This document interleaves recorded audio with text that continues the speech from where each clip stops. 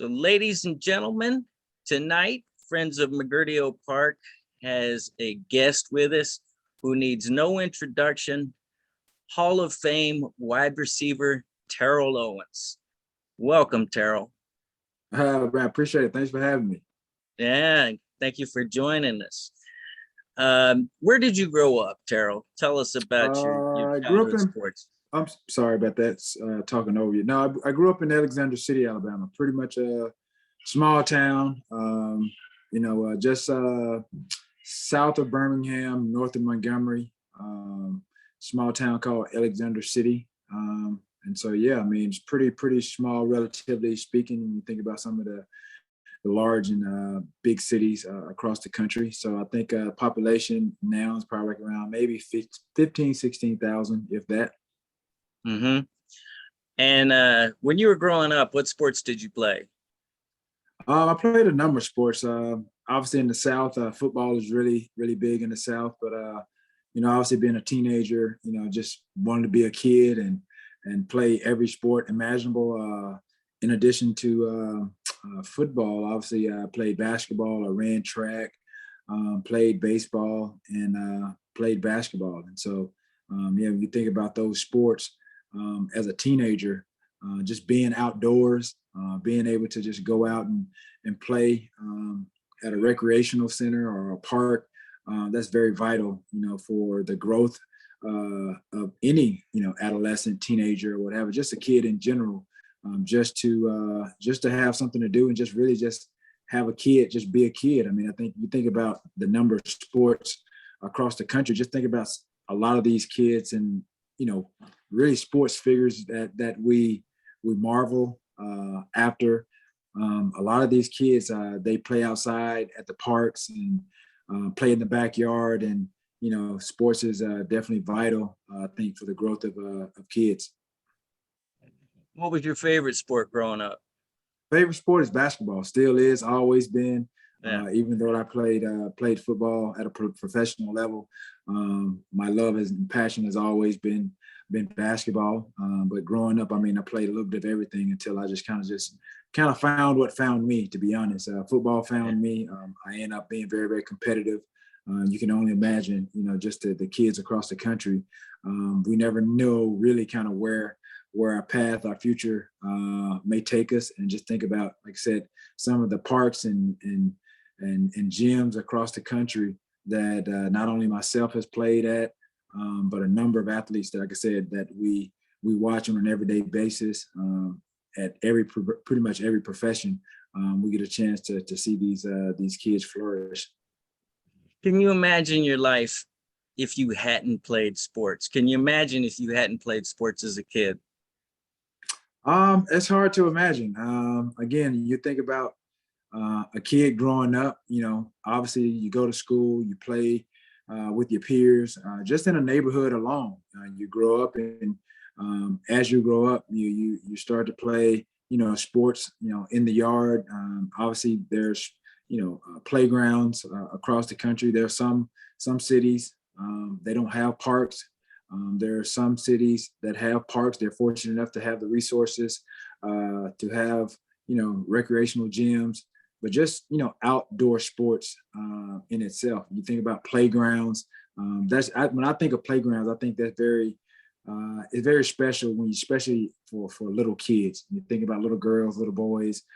This is where they really identify. They start to find themselves and just have fun. And I think that's what's needed across America, to be honest. You have kids, don't you, Terrell? And what sports do they play? Yes, I have kids. I don't push them to play, but whatever they desire, I definitely support whatever sport it is that they want to play. My son is playing football. I have another son that's playing tennis, and one of my daughters, she's a volleyball player. So I can't imagine, what it's like not to play sports. I've always played sports growing up. The other kids that don't play, obviously I support them with whatever they want to do or be. But yeah, I mean, again, the kids that play sports now, I've taken them to the parks, and it's a gratifying feeling just to kind of watch kids grow up and and see them grow up in front of your eyes just to have fun and just have really kind of have a place to actually go, just to escape, just to get outside, enjoy the fresh air. You think about so many things that kids obviously will get into or can get into if you take away, parks and gyms and any type of recreational activities. I think it's a recipe for a disaster, to be honest. And what you played, everybody knows you got drafted by the 49ers. You played your college ball. Remind everybody where you played. I played at the University of Tennessee at Chattanooga, Division I AA. I played football and actually I played basketball there as well. You ever watch any Boise State football, the Broncos? I did actually. I think I had a couple of guys or friends that either lived in Boise or played against Boise. They're the school with the big blue field. So exactly, Smurf turf. Yeah, right, yeah.